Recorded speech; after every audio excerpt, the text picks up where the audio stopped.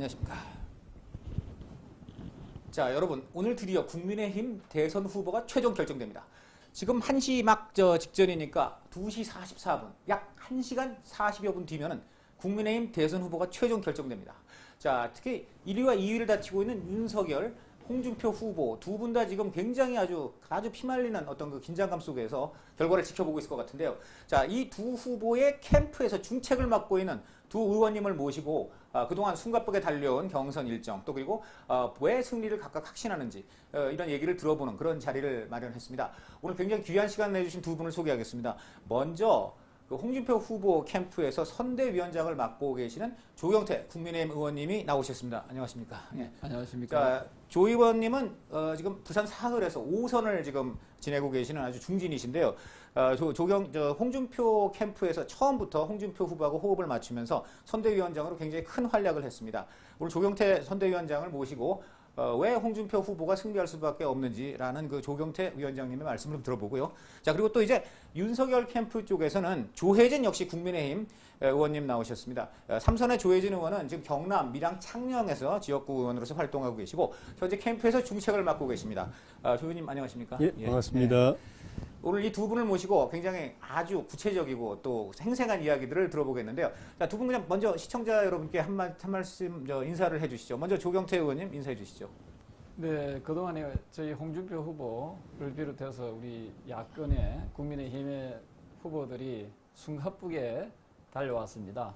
오늘 조금 있다가 그 결과가 나올 겁니다만은 모든 것을 우리가 당원들과 국민들의 뜻을 최대한 존중하도록 하고요.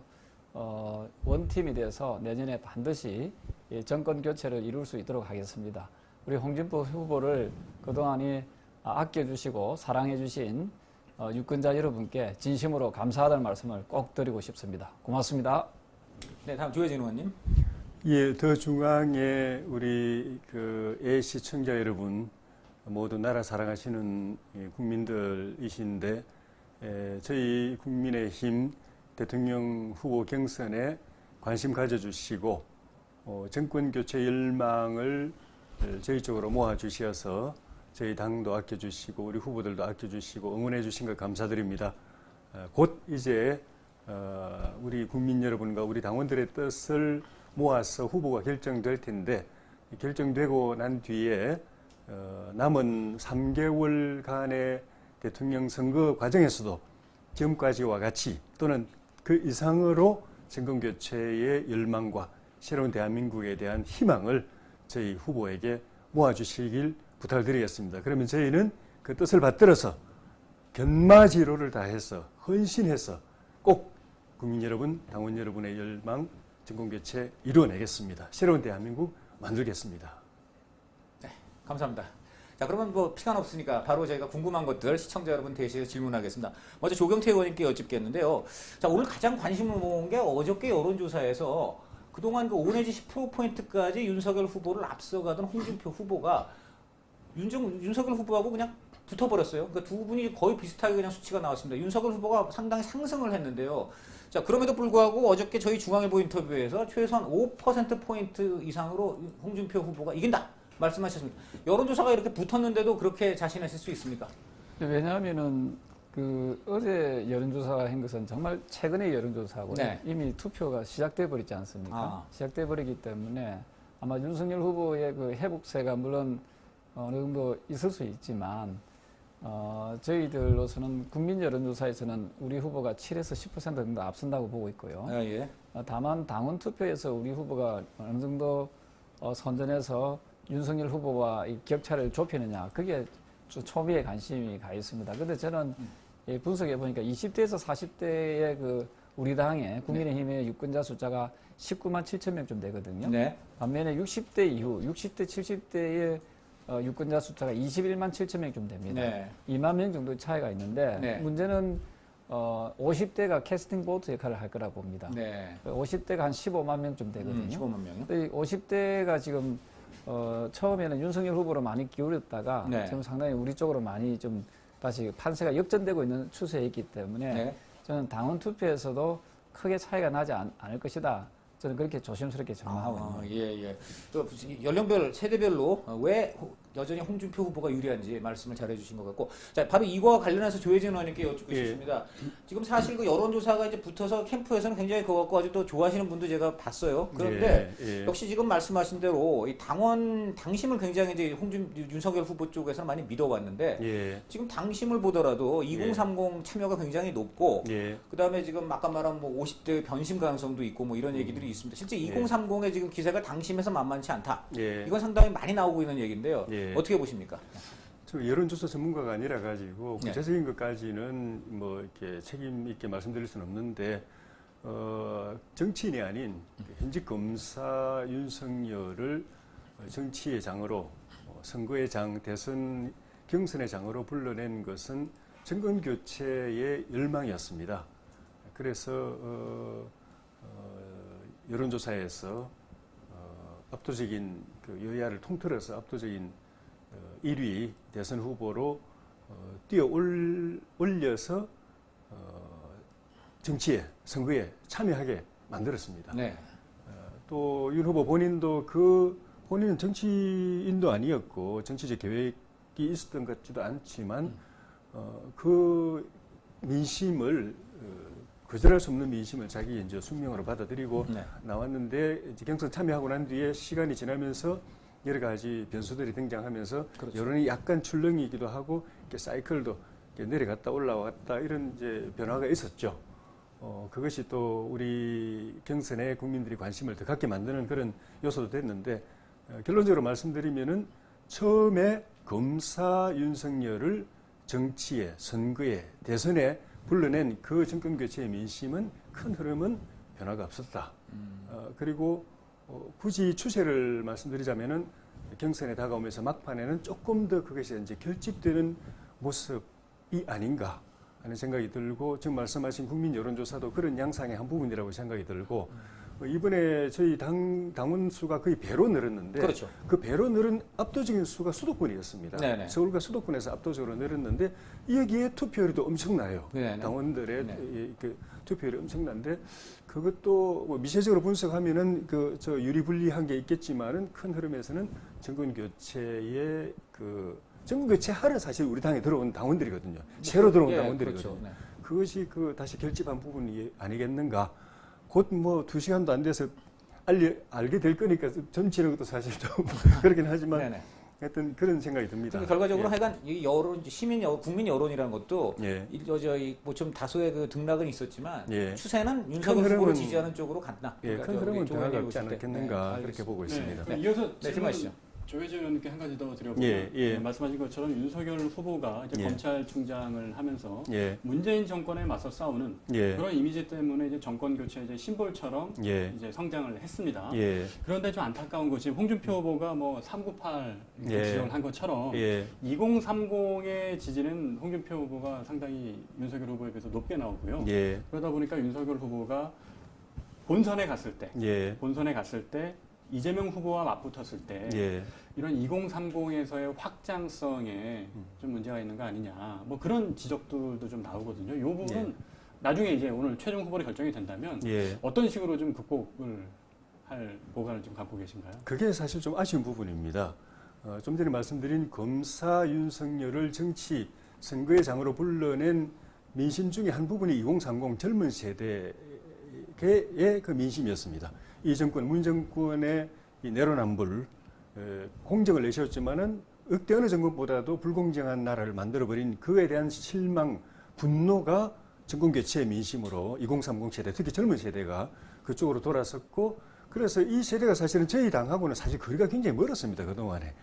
아주 좀 부끄러운 이야기지만은 투표할 때마다 2030 세대가 투표장에 너무 많이 가면 우리한테 좀 안 좋은데, 이런 말도 안 되는 걱정을 하는 그런 세대였는데, 이 세대가 정권 교체로 돌아서면서 윤석열을 불러내는데 한 힘으로 작용을 했던 겁니다. 근데 정작 경선 내세에 들어가서는 저희가 이 세대를 제대로 이제 껴안지 못했습니다. 그 반면에 이제 홍준표 후보께서는 또 잘 하셨고, 그런 측면에서 잘 하셔가지고 이제 지지를 이제 받게 됐고, 그런데 어느 후보가 되든 간에 이 민심은 국민의힘의 이 지지층으로 돌아온 이 이유가 정권 교체 때문에 들어왔기 때문에 누가 후보가 되든 그 2030 세대가 그 후보를 통해서 정권 교체 이제 에너지를 모아줄 걸로 생각합니다. 그렇지만 또 그걸 그냥 마냥 기다릴 수만 없는 것이고 그 민심이 이제 흐트러지지 않도록 그 세대가 바라는 거 공정과 또 일자리와 미래의 희망과 그런 것들에 대한 대안, 정책, 공약을 이제 저희가 또 제대로 저희가 후보가 된다고 가정한다면은 제대로 이제 내놓아야 되고 그 반면에 이재명 후보도 그런 노력하겠지만은 이재명 후보하고 저희 이제 홍준표 후보나 저희 후보하고 비교하면은 이재명 후보는 그걸 극복하기가 굉장히 쉽지 않을 겁니다. 원래부터가 불공정 그 핸디캡이 있었고 특히 대장동 사건 때문에 더 2030 민심의 이반이 심하기 때문에 그걸 극복하기 쉽지 않을 텐데 그걸 우리가 더 적극적으로 해가지고 확실한 정권교체 동력으로 2030을 끌고 갈 생각입니다. 2030의 지지가 다소 윤석열 후보가 홍준표 후보에 비해서 좀 밀리기는 하지만 국민의힘이라는 정당 전체로 놓고 봤을 때 2030의 민심이 흘러왔기 때문에 그 부분을 이제 끌어안고 가면 충분히 승산이 있을 거다 말씀해 주셨고요. 그럼 이어서 조경태 의원님께도 질문을 좀 드리면 홍준표 후보가 앞서 말씀드린 것처럼 젊은 층에서 상당히 이제 인기입니다. 그래서 어제 홍대 거리에서도 상당히 환호하는 입하가 많았던 걸로 기억이 되는데 그런데 문제는 여러 차례 지적이 됐지만 이 현역 의원과 당원들의 지지가 상대적인 좀 열세에 있지 않습니까? 그래서 나중에 최종 후보가 되더라도 이 당내의 당심을 추스리고 원팀으로 이끌어 가는데 조금 불협화음이 있는 것 아니냐 뭐 이런 우려의 목소리도 좀 나오고 있거든요. 이런 부분은 어떤 해결책을 좀 갖고 계신가요? 아마 기존의 당원들이나 의원님들은 간성의 법칙에 의해서 될 사람을 밀어주자 하는 그런 여론이 좀 많았던 것 같아요. 불과 2개월 전만 해도 윤석열 후보가 우리 야권 후보들 가운데서는 정말 독보적이고 아주 독주하는 형태지 않았습니까? 그러한 부분들이 어찌 보면 당협위원장이든 국회의원이든 이분들이 윤석열 후보에게 좀 쏠림 현상이 있지 않았나 이렇게 보고 있고요. 다만 홍 후보가 최종 그 후보로 낙점이 된다면 당선이 된다면 가장 큰 가치는 정권 교체의 가치이기 때문에 저는 원팀에는 큰 어려움이 없을 거라 보고 있고요. 또 기존의 60대 이후의 당원들께서도 우리 후보가 홍준표 후보가 되더라도 저는 크게 이탈표는 거의 없을 거라고 봅니다. 왜냐하면은 정권 교체에 대한 여망이 그 어느 때보다도 높기 때문에 저는 홍준표 후보가 지금 현재로 지지를 받지 못하고 있는 우리 당 소속의 그 당원들께도 저는 후보가 되면은 원팀으로 같이 똘똘 뭉쳐서 갈 것이라 저는 아주 긍정적으로 해석하고 있습니다. 네, 조경태 의원님 말씀은 이제 원팀이 됐을 때 이제 홍준표 후보가 최종으로 후보로 결정이 됐을 때 어차피 국민의힘을 지지하던 분들은 홍 후보를 마저 지지할 것이기 때문에 오히려 확장성이 있는 홍 후보가 더 유리할 것이다. 이런 말씀을 네, 그렇습니다. 선거라는 것은 어쨌든 그 외연 확장, 중도 확장이 좀 성이 많은 후보가 저는 당선 가능성을 매우 높인다라고 봅니다.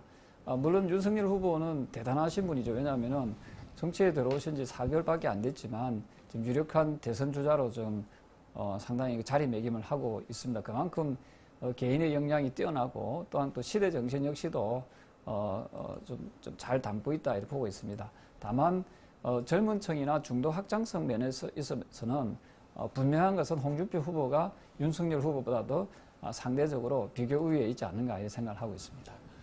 자, 조경태 의원님, 오늘 지금 아침에 홍준표 후보가 굉장히 눈길을 끄는 메시지를 계속 내고 있는데요. 좀 전에 지금 나온 메시지는 어떤 결론이 나와도 그 결과를 수용하겠다. 특히 반대의 결과, 즉 패배의 결과가 나오면 이건 하늘의 뜻으로 생각하고 경선 흥행에 만족하겠다.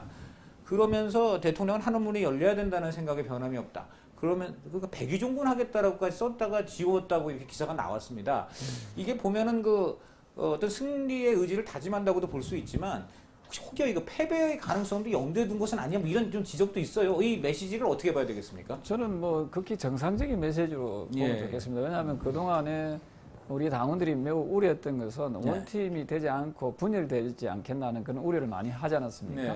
근데 공식적으로 홍준표 후보가 어쨌든 결과를 겸허하게 받아들이겠다 하는 그런 메시지를 던졌다는 것은 상당히 저는 고무적이다 이렇게 보고 있습니다. 어쨌든 우리가 승리하든 또 승리하지 못하든 그 결과를 승복하겠다는 그런 뜻을 담고 있기 때문에 저는 상당히 좀 큰 마음으로 그럼 열었다 이렇게 우리 보고 조 있습니다. 의원님께서도 혹시 그 패배 지금 승리하든 승리하지 못하든이라고 말씀하셨는데 그럼 승리하지 못할 가능성도 조 의원님도 염두에 두고 계시는 겁니까? 선거라는 것은 50대 50이잖아요. 네. 우리가 이겨도 이길 확률과 질 확률이 지금은 반반이라 이렇게 보고 있습니다. 네. 그래서 저는 홍 후보의 메시지는 극히 상식적인 메시지라고 네. 보고 있습니다. 자, 조 의원님 반대로 지금 윤석열 후보는 오늘 경선을 맞아서 오늘 아침쯤에 뭔가 또 대국민 메시지 같은 게 좀 나오지 않을까 생각이 되는데 아직까지는 없는 것 같은데요. 지금 예. 윤석열 후보 뭐 그 캠프에 계시니까 지금 현재 윤석열 후보는 경선 결과를 아마 기다리고 있는데 예. 지금 윤석열 후보의 입장과 메시지는 어떤 걸로 지금 생각이 되십니까? 말 그대로 진인사 대천명이고 네. 본인 메시지 안 내셨지만은 그 홍준표 후보의 메시지하고 저는 똑같을 거라고 생각합니다. 아. 내더라도 네네. 홍준표 후보 메시지하고 똑같이 내지 그거하고 뭐 특별히 다르게 내지는 않을 것 같고 네. 홍준표 후보 메시지도 지금 조경태 의원님 말씀하신 것처럼 마지막까지 최선을 다한 후보로서 네네. 또 그 경선 이후에 이 당의 미래, 나라의 미래까지 생각하면서 담담하게 말씀을 메시지를 던진 거지. 그거를 뭐 그렇게 뭐 결과를 예측하고 미리 했다고 저는 볼 수는 없을 것 같고 네네. 굳이 해석을 하면은 내가 지더라도 네. 나는 승복하겠다 이렇게 볼 수도 있겠지만 거꾸로 나는 승복할 테니까 당신이 져도 당신도 승복해라 네. 그런 뜻일 수도 있는 건 그렇군요. 있기 때문에 네. 그래서 저는 이제 그 조경태 의원님 말씀 들으면서 생각이 드는 게 그 윤석열 후보를 제가 이제 돕는 입장이기도 하지만은 예. 윤석열 후보에 대해서 참 고맙게 생각하는 게 고맙게 생각하는 게.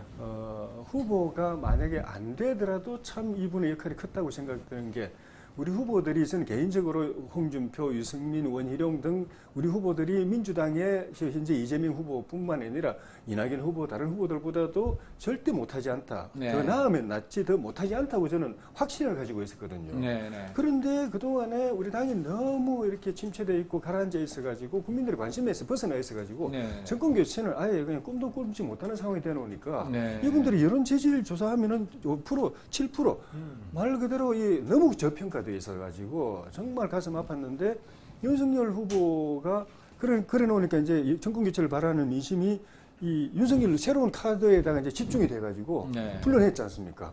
불러내고 우리 이제 야권의 후보로 이제 등장을 하고 이제 당에 입당까지 하고 이러면서 다른 후보들까지 같이 동반 성장을 해가지고 동반 본래의 가치를 되찾은 겁니다. 저평가돼 있다가 본래의 제가 믿은 대로 이재명 후보보다 월등하게 나은 네. 거기까지 올라갔다는 것. 그 효과, 그 매기 효과인지 시너지 효과인지 그 살려내는 효과만 하더라도 저는 윤석열 후보가 정권 교체 자기 할 바는 다 했다고 생각이 들고 네. 후보가 되면 되는 대로 또 책임 있게 또 해야 되겠지만은 그것과는 별개로 역사적 소명을 참 다 했다. 역사적 소명. 네, 그런 생각이 듭니다. 예. 네, 오늘 저 두 분 의원님 말씀 들어보니까 상당히 화기애애한데요. 이제 예. 혹시 우리 후보가 안 되더라도 이제 원팀을 향해서 갈 거다. 그리고 또 상대 후보를 높게 치하하는 모습이 상당히 이제 보기 좋게 네, 그런 것 같아요, 정말. 시청자들도 그렇게 말씀하고 계실 겁니다. 그런데 이제 본선에 대한 질문을 한 가지 공통으로 이제 드리도록 하겠습니다. 조경태 의원님께서 먼저 답변해 주시면 좋을 것 같은데요. 자, 여야 후보 모두가 이재명 후보도 마찬가지입니다. 기대만큼 지지율이 안 나온다는 공통점이 있습니다. 부동층이 이제 그만큼 많다는 뜻이죠.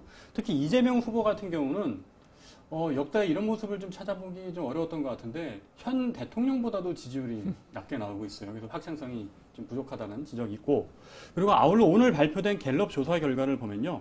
정권 교체론이 무려 57%입니다. 정권 재창출론은 33%밖에 안 되는데 그런데 정권 교체론은 57%씩이나 60% 가까이 정말 육박을 하는데 국민의힘 후보의 지지율은 뭐 거기에 뭐 상당히 못 미치고 있죠. 그러니까 이 얘기는 이제 국민 여론이 정권 교체를 하고 싶은데 윤석열 후보가 되든 홍준표 후보가 되든 완전히 마음에 들지는 않는다. 이게 사실 이제 솔직한 이제 여론이거든요. 여기에다가 이제 안철수 후보까지 이제 출마를 했지 않습니까? 그렇게 되면 이 본선 승리를 위해서 뭐 더 많은 지지층, 중도층을 더 끌어안고 부동층을 더 우리 편으로 가져와야 된다라고 이제 국민의힘에서는 생각을 하실 텐데, 자, 이 부분에 대해서 어떻게 생각하시는지 우리 조경태 의원님부터. 예, 저는 그 이번 대선은 그 사실 예선이 본선이라고 할 정도로 저는 정권 교체가 저는 반드시 될 수밖에 없다 이런 생각을 합니다. 대장동 게이트는 그 비리 게이트는 결국 LH 투기 사건의 그 투의 어떤 현상으로 보고 있거든요. 따라서 뭐 잘 아시다시피 LH 투기 사건 이후에 있었던 서울과 부산 그 재보궐선거에서 국민의힘의 후보가 압도하지 않았습니까? 예, 저는 그 결과가 내년 대선에서 고스란히 이어질 것이다 이렇게 보고 있습니다.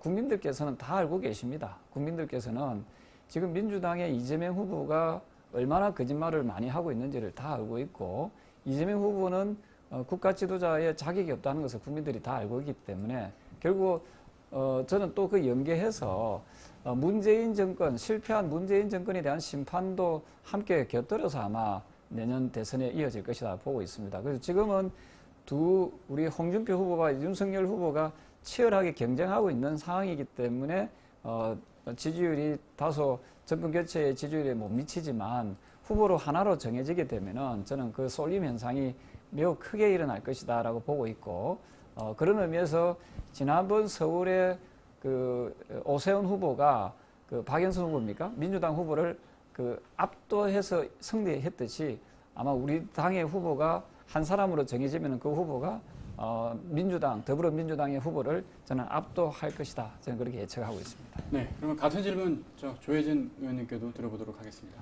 그 남의 당 이야기부터 먼저 해서 좀 그렇긴 하지만은 그리고 상대 후보가 뭐 어떻든 간에 우리는 끝까지 이제 최선을 다해야 되긴 한데, 제 개인적으로 이제 느끼는 거는 민주당이 이낙연 후보도 훌륭한 분이고 정세균 후보도 훌륭한 분이고 또 다른 훌륭한 분들이 있음에도 불구하고 이재명이라는 경력을 가진, 삶의 족적을 가진 그런 캐릭터를 가진 인물을 후보로 선택하는 걸 보고 솔직히 내가 오랫동안 바라왔던 스스로 말하는 정통 민주정당 민주당도 거의 이제 지속 가능성을 지금 고민해야 될 상황까지 간 것 아닌가. 이재명이라는 인물을 대통령 후보로 선택할 수밖에 없는 그 현실을 보면서, 그 전통적인 민주당의 정체성과 이재명 후보가 맞지 않는다는 말씀이신 거죠? 정체성도 정체성이지만 민주당이 그보다도 훨씬 더 훌륭한 인물도 만들어낼 수 있는 정당이었는데 최선이라고 저 카드를 내놓는 걸 보고 저는 솔직히 당을 떠나가지고 개인적으로 정치인의 한 사람으로서 민주당도 거의 막바지에 왔다는 생각, 솔직히 그런 생각이 들었고, 그렇다고 민주당을 얕잡아 보거나 이재명 후보를 뭐 만만하게 보는 건 아닌데 제 소회를 간단하게 말씀드린 거고, 그만큼 정권 교체의 열망이 강하고 민주당이나 이재명 후보에 대한 실망이 크지만 그럼에도 불구하고 지금 말씀하신 대로 우리 당이, 우리 후보군이 그걸 이렇게 결집해내지 못하는 거는 우리도 그만큼 부족한 부분, 모자라는 부분, 또 국민들로부터 충분히 신뢰받지 못하는 부분, 또 한때는 거의 뭐 바닥에서 헤매던 시절까지 국민의 관심에서부터 완전히 멀어져 있던 시절까지 있었기 때문에 그거를 겸허하게 우리 스스로 생각하고, 그래서 이번 정권 교체 민심을 갖다가 이탈 없이 딱 결집시켜가지고 우리 조경태 의원님 말씀처럼 당연하게 성공적으로 정권 교체 이뤄내려면은 우리 당만 고집해서는 안 된다. 우리는 부족한 게 많다. 우리 당의 노선, 정책, 역량 이것만 가지고 이 정권 교체 민심을 다 아우를 수 없다 하는 걸 이제 스스로 인정하고, 그 정권 교체의 민심에는 우리 당도 있지만 아까 말씀드린 2030 세대도 있고 중도도 있고 또 반문 진보도 있습니다. 그리고 호남 주민들도 그 민심도 있고, 이걸 다 하나로 용광로처럼 끌어모으는 게 이제 핵심이라고 생각이 들고, 그걸 위해서 이렇게 본선 선거전에서는 그 전략을 제대로 구사를 해야 되고, 그 세력을 모아서 저는 우리가 집권한다면은 진짜 보수 정당만이 아닌, 우파만이 아닌 새로운 훨씬 더 큰 집권 세력을 만들어내야 된다. 그걸 만들어내는 과정이 이번 본선 과정이다. 그래서 후보 자신을 고집하지 말고, 후보 세력을 고집하지 말고, 우리 당을 고집하지 말고, 나라 사랑하는 사람들의 세력을 이번 3개월 대선 과정에서 엮어내고 그 사람들이 다음 정권의 주축이 되도록 해야 된다. 그만큼 우리가 열려 있어야 된다. 그리고 포용해야 된다.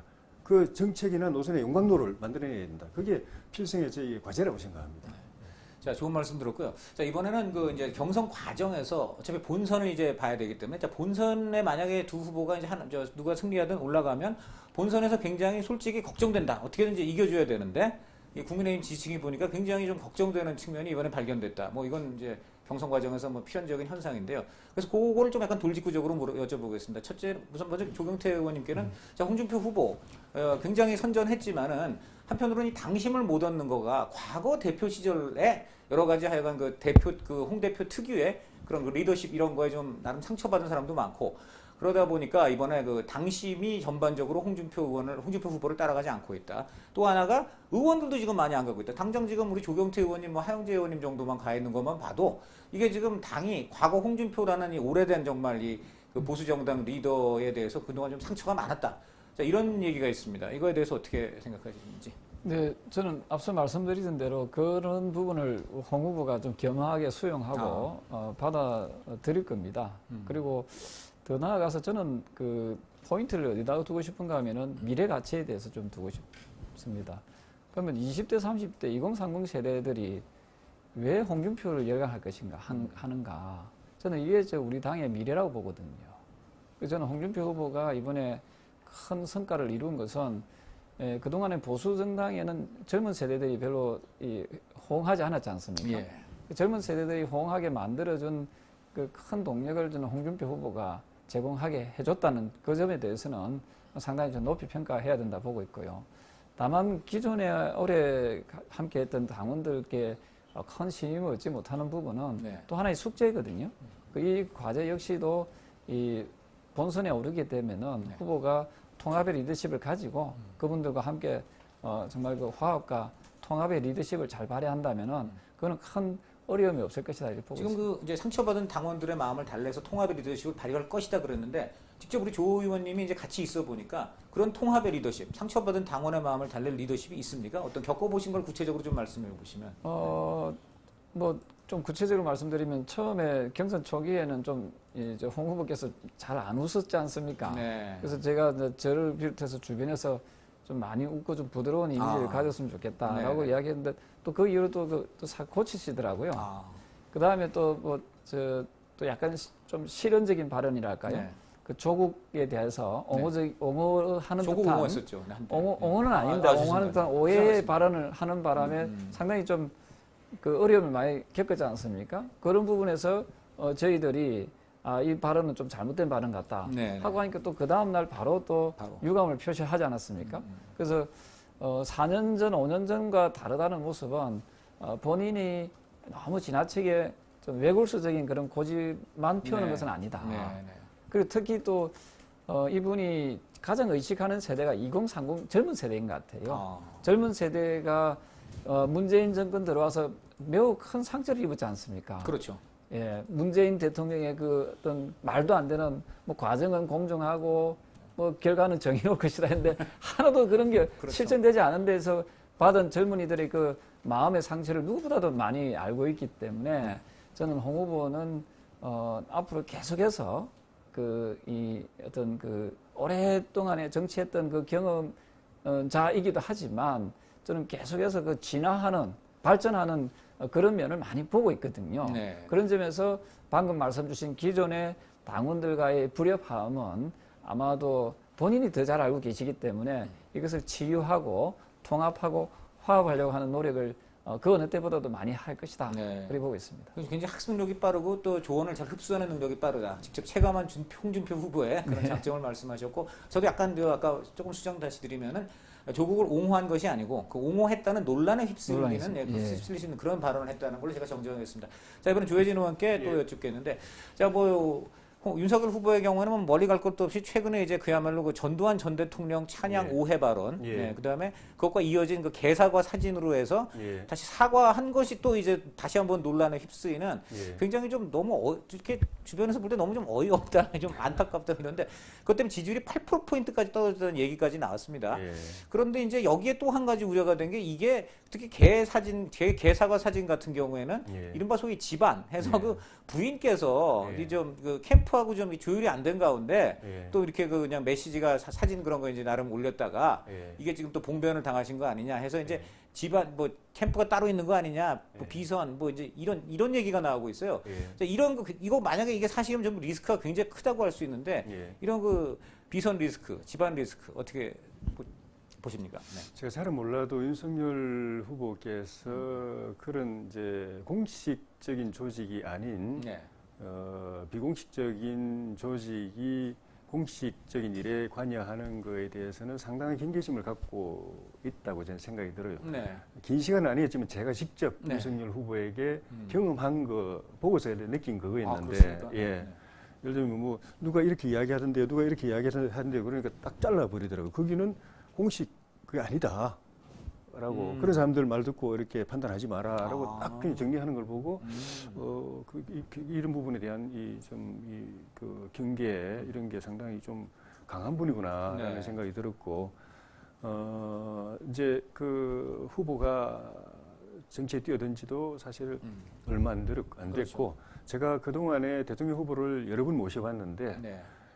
이런 선거는 저도 처음입니다. 어떤 제가 점에서 돕는 분이 초단기 대선이죠. 아, 제가 모신 분들은 길게는 한 5, 6년, 네. 짧게도 한 1년 반, 2년은 준비 기간을 충분히 그렇네요. 거쳐서 레이스를 그렇게 길게 뛰어서 본선에 이게 결승점까지 갔지. 그렇죠. 몇 달간 네. 몇 달 레이스를 해가지고 후보에 도전하고 대통령에 도전하는 분을 제가 도와드린 건 처음입니다. 게다가 의정 경력도 이제 소위 이른바 빵선이라고 공천. 그러니까 저 같은 사람도 사실은 좀 힘들어요. 네. 제가 이제 경험이 있다고 해서 이제 도와드린다고 이렇게 돼 있는데 제 경험은 최소한 그 후보에게 최소 1년, 2년, 3년 네. 뭐 몇 년 기간을 두고 선거를 뛴 분들을 도우면서 경험한 거지. 네. 제 노하우도 그런 노하우지. 몇 달 뛰는 분한테 제 도와드릴 수 있는 노하우는 저도 사실 별로 없어요. 네. 그런 선거를 뛰어본 경험이 없어서. 그러다 보니까 사실 모든 게 좀 부족합니다. 네. 준비 안 된 상황에서 그냥 바로 스타트 땅 울리니까 바로 뛰어야 되니까. 말씀이시네. 네. 준비도 안 됐는데 뛰어야 되잖아요. 총이 울렸으니까. 네. 무조건 가야 되고, 네. 그 타임 스케줄을 맞춰야 되고. 그래서 이제 참 어렵게 왔는데, 네. 만약에 후보가 된다고 하면은, 이제는 조금 추스를 수 있는 조금 여유가 있고, 네. 그보다도 더 큰 거는 우리 당이 이제 후보를 이제 안고 가기 때문에, 네. 당 조직, 공조직이 다 그렇죠. 선대위를 꾸려가지고 가기 때문에, 네. 몇 배로 그냥 몇 명 개인 실무자들 중심으로 또 그 현역 의원들이 많이 윤석열 후보에게 와 있지만 실제로 일을 도와줄 수 있는 구조는 아닙니다. 근데 실제로는 실무자들이 많이 고생을 그렇겠죠. 했죠. 네. 근데 이제는 당이 이제 당 체제가 차원에서. 네. 들어오고 하기 때문에 조금 좀 낫지 않겠는가 네. 그런 생각을 하고 또 본인도 그런 측면에서 후보 본선 과정은 물론이고 좀 전에 말씀드린 대로 만약에 우리가 이긴다, 네. 집권한다고 그러면 그 이후에 국정 운영을 하는 과정도 절대 내 중심, 내 가까이 있는 사람 중심, 내 캠프 중심 이거 아니고 네. 이 과정에서 권력을 나누고 네. 또 다 참여하고 네. 통합해서 통합 캠프를 통합 이제 선대본을 만들고 집권하면 통합 정부를 만들고 네. 네. 그렇게 해야 집권하고 난 뒤에도 국정이 안정적으로 네. 정권 유지도 안정적으로 네. 갈 걸로 보고 아마 본인도 그 부분에 대해서는 정리가 딱 되어 있으시다고 생각이 들어요. 아까 잠깐 말씀 나왔지만 전두환 전 대통령 발언도 네. 네. 사실은 내 혼자 하는 게 아니고 대한민국에 내가 만약에 된다면 대한민국에 많은 이 연부역강한 에이스들 전문가들을 다 모아가지고 코드에 매이지 않고 네. 정파에 매이지 않고 다 모아가지고 드림팀 만들어서 국정 운영해서 대한민국 한번 다시 이렇게 보겠다는 그 이야기 하려고 하는데 네. 그 말씀만 하면 되는데 예를 들다가 보니까 네. 전두환 전 대통령 예를 드는 거고 취지는 그런 거기 때문에 네. 이 본인 그 윤석열 후보 마인드 그렇게 정리가 잘 되어 있다고 봅니다. 네. 그 굉장히 좋은 답변이십니다만 한 가지만 조금 구체적인 답변을 피하신 부분 같은데 예. 그 부인이 개입할 앞으로 여지는 이제 없습니까? 부인. 예. 개입이 아니고 개입. 우리 개입한다고 단정한 건 아니고 후보 부인들은 부인, 부인들대로 경선 과정에서도 우리 부인들은 부인들대로 각자 열심히 뛰었습니다. 자기 영역에서. 네, 네, 네. 그럼 이제 홍준표 후보님도 우리 그 이순산 여사님 저희 지역에까지 오셔가지고 후원회장을 맡으셨죠? 당원들 모아놓고 또 지지 호소하고 보이지 않게 물밑으로 이렇게 다니면서 그 역할은 누구나 다 하는 거기 때문에 네, 네. 남편이 큰 일에 나섰는데 그 부인이 그냥 아무것도 안 하는 그런 일은 있을 수가 없는 거기 때문에 열심히 하지만 네. 공조직에 관여하거나 이런 일은 지금까지도 없었고 네. 앞으로는 더 없을 걸로 저는 네, 봅니다. 없을 것이다. 예. 네. 알겠습니다. 그 약속된 방송 시간이 이제 한 7분 정도 남았는데요. 이제 앞으로 1시간 남짓 후에는 최종 결과가 발표가 될 겁니다. 그러면 당장 오후에는 이제 본선 체제, 본선 선대위 체제로 들어가야 될 텐데 이번에도 공통 질문 드리도록 하겠습니다. 조경태 의원님께 먼저 질문 드리면 공통 질문입니다. 정권 교체를 위해서 이제 여러 세력을 끌어모으는 통합의 리더십이 필요하다. 이제 공통적으로 두 분 모두 말씀해 주셨는데 그럼 어디까지 끌어모을 거냐에 대한 관심이 있고 앞서 잠깐 언급은 했지만 제일 먼저 안철수 후보와의 단일화나 이런 부분이 상당히 이제 중요한 변수일 수 있을 것 같습니다. 그래서 뭐 홍준표 후보께서는 뭐 이미 여러 차례 안철수 후보와 어떻게든 단일화를 하겠다 이런 말씀도 하시고 했는데 자 조영태 의원님 오늘 당장 최종 후보로 선출이 된다면 그 이후에 안철수 후보와의 관계 어떤 식으로 정립해 나가시겠습니까? 역대 대선 가운데서 지금처럼 삼지대가 이렇게 힘이 약화된 경우는 없었습니다. 무슨 말씀인가 하면은 안철수 변수는 변수가 아니다는 거지요. 지금은 정권 교체에 대한 여망이 너무 크기 때문에 제1야당인 국민의힘의 후보가 저는 뭐 한태에 대한 국민적 여망, 지지율이 쏠림 현상이 더 강할 것이다 보고 있고요. 그리고 안철수 후보 역시도 단일화는 없다라고 이야기하지 않았습니까?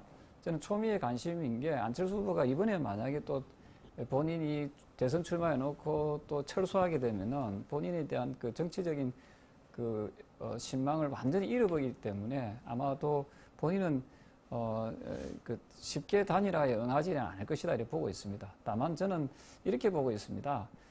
지금 민주당하고 조금 가까운 세력이라 할 수 있는 정의당이 있지 않습니까?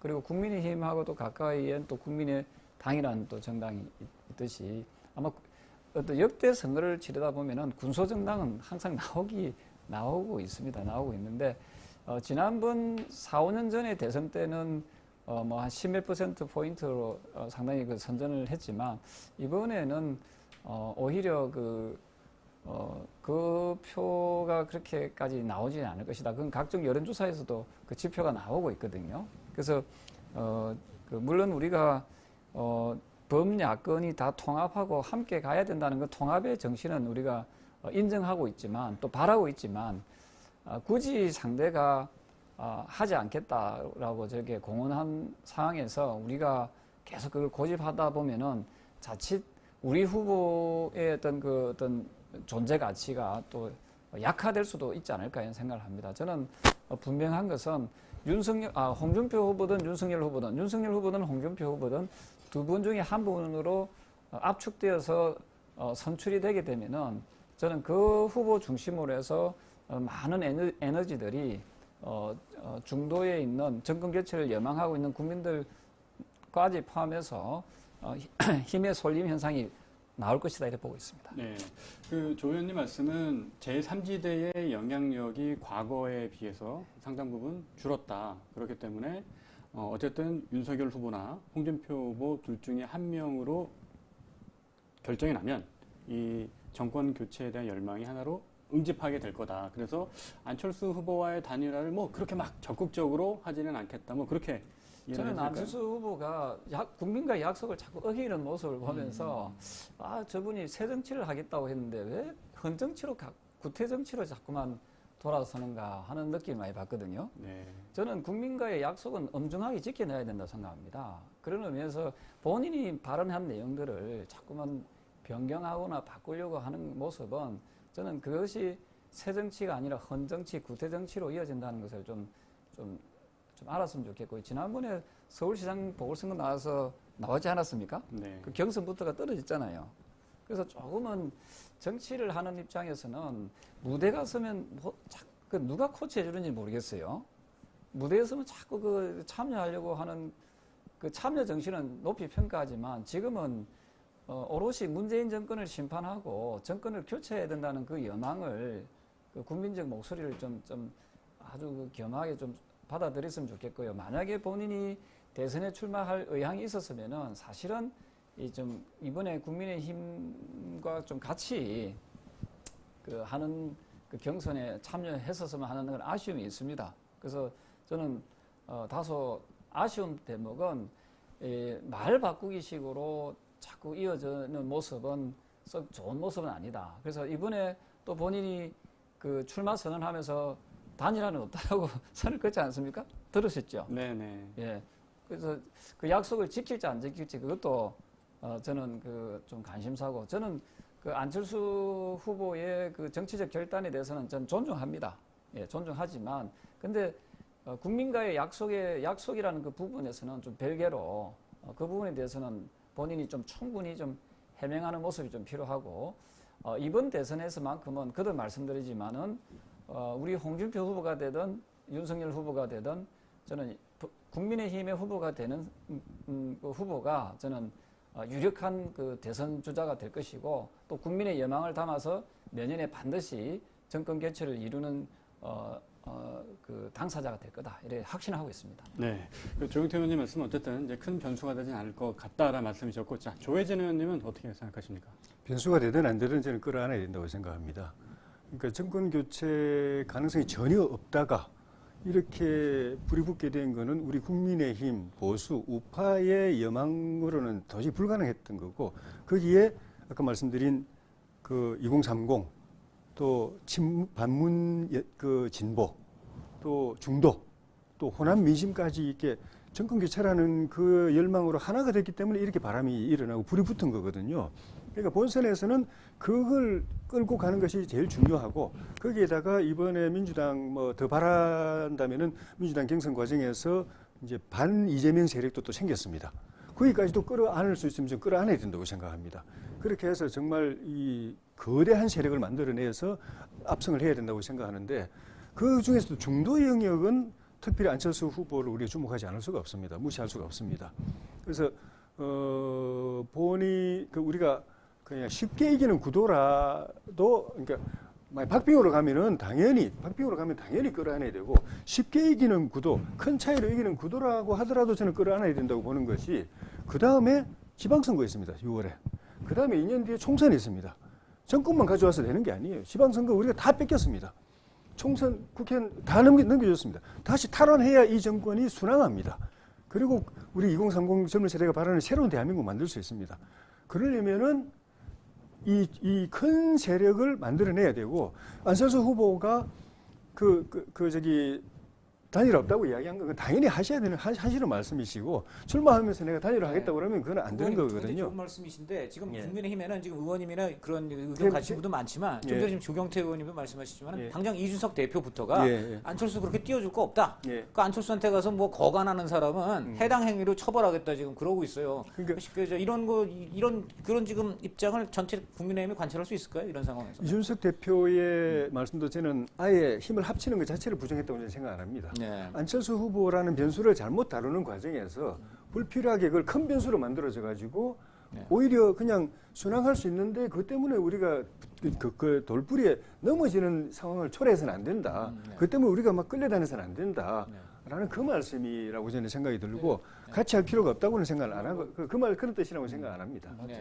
네, 조혜진 의원님 뭐 짧게 한 말씀. 네, 저는 조혜진 의원님의 그 말씀 저도 충분히 공감합니다만은, 이미 안철수 그 후보는 그 신선한 느낌, 신선도가 매우 이제 좀 많이 떨어졌다. 신선한 그 감이 많이 떨어져 있고요. 어쨌든 뭐 저희들로서는 그 일방적인 짝사랑은 하지 않겠다. 예, 본인이 굳이 그 단일화가 없다라고 분명하게 선을 끈 상태에서 우리가 뭐 같이 합시다라고 이야기하는 것 자체도 서로에게 도움이 안 될 것 같습니다. 그래서 시청자 여러분들께서, 국민 여러분께서 조금 있다가 그 발표 나는 그 후보가, 저는 홍준표 후보가 됐으면 좋겠습니다만은, 어쨌든 윤석열 후보가 되든 또 우리 홍준표 후보가 되든 한 사람으로 정해지고 나면은 저희들이 최선을 다해서 저희 정권 교체를 위해서 노력하겠다는 그 말씀은 꼭 드리고 싶습니다. 일종의 지금 이제 저희 방송이 끝나다 보니까 시청자께 마지막 한 말씀 드린 셈이 됐는데요. 자, 그럼 조혜진 의원님도 마지막으로 시청자에게 한 말씀 하시는 걸로 방송을 일단 마치겠습니다. 네, 저희 이번 선거 과정에서 나라 사랑하는 분들은 다 하나로 묶어내는 일에 집중할 것입니다. 정파, 노선, 과거의 인연 이걸 떠나가지고 그래서 통합 선대위를 만들고 이기면은 통합 정권을 만들고 대한민국 역사상 가장 큰 집권 세력을 만들어내서 3개월 뒤 지방선거에서도 압승하고 2년 뒤 총선에서 우리가 3분의 2 개헌 저지선까지 가져오는 그런 역사를 꼭 이루어내서 다시는 대한민국이 후퇴하는 그런 일이 없도록 그런 새로운 대한민국 국민 여러분과 함께 확실히 만들어내겠습니다. 남은 과정에 함께해 주시고 힘을 모아주시기를 간곡하게 부탁드리겠습니다. 네, 지원님 감사합니다. 자, 시청자 여러분, 정말 지금 시각이 1시 43분이 달려가고 있는데요. 딱 1시간 뒤면은 국민의힘 대선 경선 후보가 결정됩니다.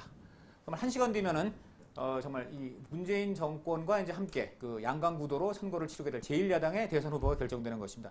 오늘 그 대선 후보의 결정을 앞두고 1, 2위를 다투고 있는 윤석열 후보 캠프와 홍준표 후보 캠프를 대표하는 두 의원이 나와서 굉장히 좋은 말씀 많이 들려주셨습니다. 두 분이 서로의 각자 자신이 이제 지지하는 후보의 승리를 기원하면서도 누가 최종 후보로 결정되든 원팀이 될 수 있고 함께 정권 교체에 뭉칠 수 있다. 이거를 굉장히 강조하신 것이 굉장히 인상 깊었습니다. 오늘 두 의원님 출연하신 거 정말 감사드리고요.